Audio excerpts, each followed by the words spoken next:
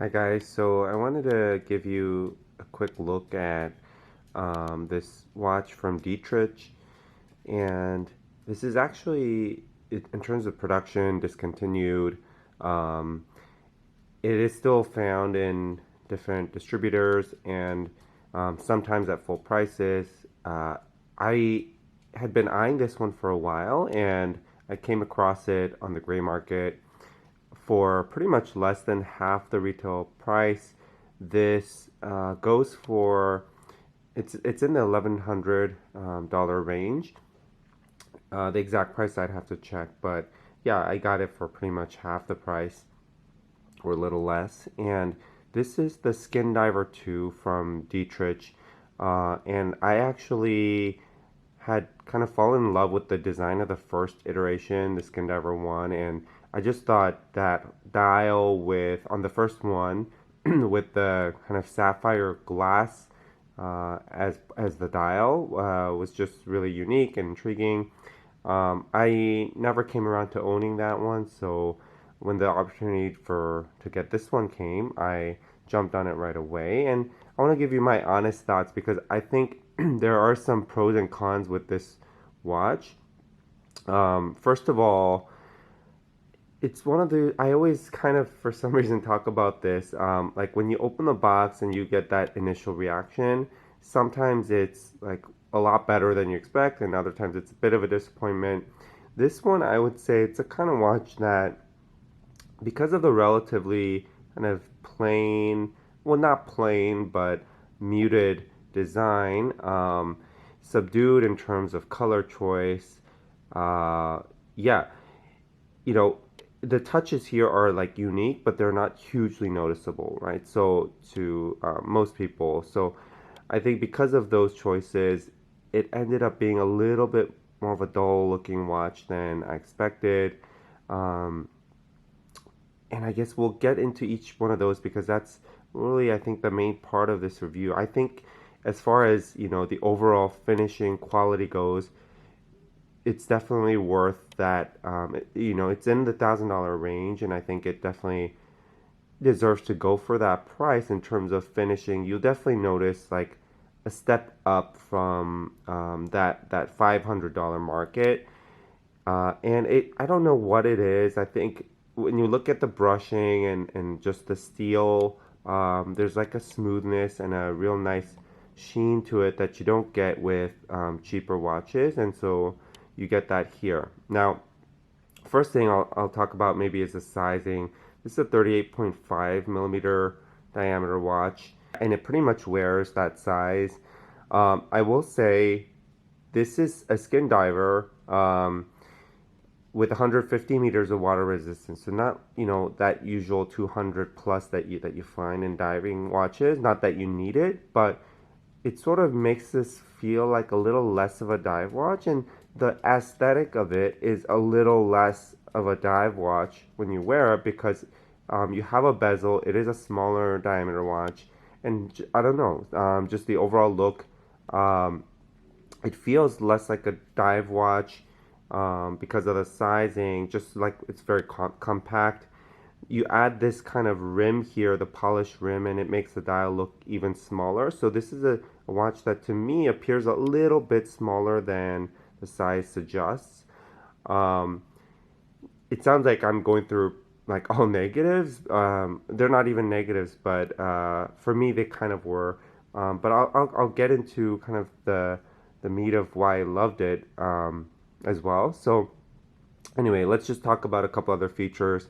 You have a sandwich dial that, yeah, I'm sorry, I don't have a macro lens to like, show you that, but I just want to show you the overall look of the watch, like, from a real kind of perspective, not rendered photos. So, yeah, it's a sandwich dial, uh, blue theme all around, aluminum bezel, so you don't have any kind of like reflection off the bezel. The bezel action is what you expect. It's perfect, no complaints. Um, okay, lines up perfectly. And I like watches with this kind of like with crosshairs. I think it adds just a little nice touch, makes it a little more tooly. Um, Then also like that it is a easy to operate but smaller size crown that doesn't interfere with the comfort. Sometimes I don't know. There's a lot that goes into whether a crown hits the wrist or not. I think it has to do with the thickness, the size of the crown, how much it protrudes. Overall, this one, no complaints at all there. It's got an interesting case design. I mean, it's one of these with straight lugs, and I don't know how I feel about that. I think in general, I prefer lugs that are come out longer with a bit of a slope, and a curved look here because I think that those look better with different types of straps. This watch, oh, the other thing I'll mention, the this actually the how should I say this circumference here, um, yeah, or just the dial. It's not perfectly circular. It's actually using Dietrich's design signature, this kind of polygonal, uh, organic flowing look. So it actually is, I guess, hexagonal with these smooth out edges. So functionally, I guess it makes it a little grippable. No difference overall, I would say to me. The strap we'll mention because we're talking about the case. The strap is it's not like a FKM rubber. It's one of these like very durable, quality feeling straps, but also I don't love this kind of material because it's so grippy and it makes taking the watch on and off many times, yeah, slower process, a little bit cumbersome. So I don't love that.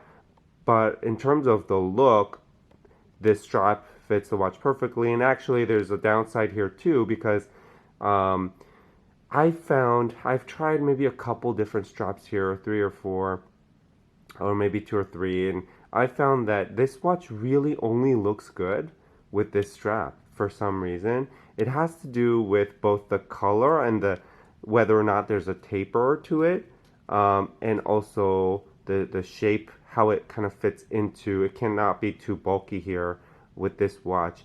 The otherwise it just doesn't look proportional. So it has to be a tapered strap, like 20 to 16. Um, and it has to be slim. It has to have the right color. And I'll give you an example of that in a little bit. Like on a black strap, you would think a black would work here, but it's just this kind of like the paleness of the blue that looks so fine here. When you add it to a different strap, it doesn't quite work the way that I want it to. So this is now getting into kind of the mechanics of using a Salida movement. I honestly, I'd rather pay less and get a Seiko movement inside. That's just me. I'm not like that hardcore. I just think that those movements for most people are fine, accurate enough, same power reserve, and just half the price sometimes, right? It's just so much more affordable, and they're equally reliable. So anyway, there's a movement, no date. The one thing that I love most about the watch, actually, and this is what I care most about any watch, is the legibility. And that you won't really know until you actually handle a watch, I think, and wear it. But so in practice, like on wearing it, I found that this was one where at a quick glance, like I could read the time so quickly because of these, because of the hands and the markers, the hour and minute markers, these leaf, in these leaf hands, and which are totally unique, by the way. But yeah, the hour is not only shorter but distinguished also by this, I don't know, the T design on there, and this is one that is so legible because it's not. There's something about having a bulbous end, at the hands that makes it much more legible than just a straight hand. You will see if you handle this kind of watch, or this watch in particular. All right, so here it is on wrist. You can see on my between 6 3/4, 7-inch wrist. You can see the sizing is perfect, the look perfect, and it wears very comfortable. This kind of strap, the distance between the holes might not be ideal for your wrist. It's just kind of hit or miss. So yeah, I like to wear it a little bit looser, and it does work on one of the holes. It's comfortable. That's about it. Let me switch out the strap for one other thing and then show you guys that kind of look. Alright, so this may just be my opinion, but here's a look, right? Just a standard black color. This is actually a pretty nice Mayday sale cloth strap from Zulu Diver. And it does, this strap does look good on certain watches, but you can see the color clash here, at least in my opinion.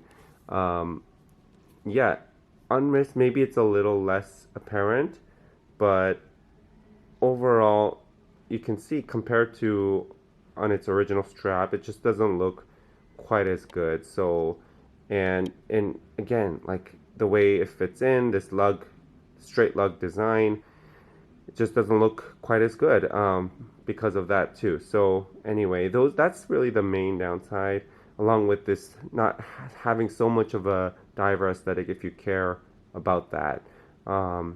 Yeah, so hope that you guys found this review useful. I do think at discounted prices, this is, you know, well worth your money. Especially if you've been looking at Dietrich watches, they offer a really unique design, and you get it really for the design, I think, and the quality of the finishing is there. It's top notch. So there you go, guys. I'll see you in the next reviews. Bye.